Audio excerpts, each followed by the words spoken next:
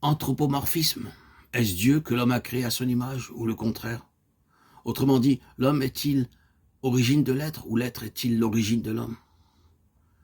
Comme de toute évidence, l'homme semble incapable de créer son propre souffle. Il peut seulement l'entretenir ou le supprimer. Il ne se donne pas la vie lui-même. Il serait sans doute honnête de dire que c'est l'homme qui est une forme et une manifestation de l'être et que la paternité et la maternité dont un être humain est capable est un écho de celle qui se trouve à l'origine de l'être même. Dans cette donation d'être, comme disent les phénoménologues, toujours est-il que l'invention, la reconnaissance de la notion de paternité pour évoquer l'absolu va être conduite à son comble par l'expérience et la prière de Yeshua, Jésus. Plus de 60 fois dans les évangiles, Yeshua va appeler son Dieu et notre Dieu, Abba, ce qui signifie littéralement papa. Nulle part dans la littérature juive, l'invocation de Dieu sous le nom de papa n'est attestée. Dans le dialecte syrien occidental de l'araméen, Abba est le nom donné par le petit enfant à son père comme Ima à sa mère. C'est un balbutiement, l'articulation première est parfois difficile de la parole et du silence. Ce mot enfantin et quotidien, nul avant Yeshua ne l'a employé pour s'adresser à Dieu. Et c'est ce mot-là que l'on retrouve dans chacune de ses prières, traduit généralement à partir du grec ou du latin pour par pater ou père.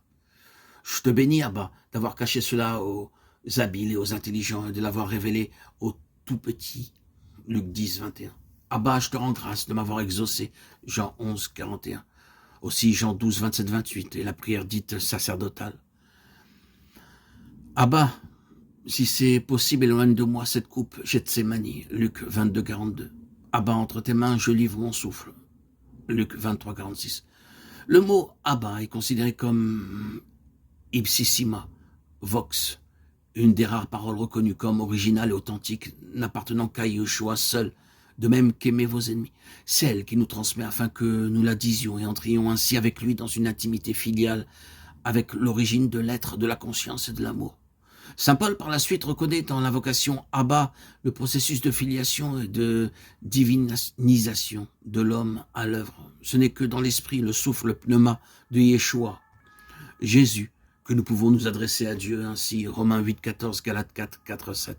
Abba, ce n'est pas seulement le balbutiement de l'enfant, ce sont aussi les deux premières lettres de l'alphabet hébraïque, Aleph et Bet. Aleph symbolise l'ineffable, le silence, l'incréé. Bet symbolise la demeure de l'être. Bethléem signifie littéralement la maison du pain. Sa manifestation, sa création. C'est la première lettre du mot Bereshit au commencement, la première lettre du livre de la Genèse qui annonce le commencement du monde. Tenir ensemble ces deux lettres, c'est d'une certaine façon tenir ensemble le créé et l'incréé, la parole, le silence, le manifester, le cacher, l'infini et le fini, l'éternel et le temps. C'est incarner l'archétype de la synthèse et réaliser l'anthropos, c'est être fils avec le fils. Par ailleurs, il est bien précisé que cet Abba, ce papa, est dans les cieux, ce qui peut corriger une interprétation trop infantile du texte. Grec, entois ou ranois. Hébreu, bachamaïm, araméen, douachmaya. Dans la pensée publique et évangélique, les cieux ne désignent pas seulement ce qui est au-dessus de nos têtes, mais aussi l'espace dans lequel apparaissent les choses. Là où il n'y avait rien, que pur espace, se manifeste du vivant, et ce vivant va prendre différentes formes, minérales, végétales, animales, humaines, angéliques. Cet espace est à la fois intérieur et extérieur à l'homme. Le vide qui est à l'intérieur de la cruche, c'est aussi le vide qui contient tout l'univers. Il est dit, prie ton Père qui est là, dans le secret, entre dans le secret de ce clair silence. Et tu comprendras peut-être, tu es son fils aujourd'hui, tu es engendré. Engendré, non pas créé, affilié, non pas causé. Cette expérience d'une infinie présence qui nous met au large. Cette expression biblique qui veut dire qui nous sauve. Être au large, être sauvé. Notre Père dans les cieux. Nous ne pouvons pas faire autrement que le nommer Père. Notre Sauveur, Yeshua, Jésus. Traduction littérale de Yeshua est le Sauveur, sauvé.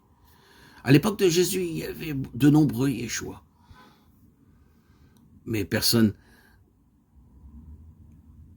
ne pouvaient imaginer la puissance que ce Yeshua,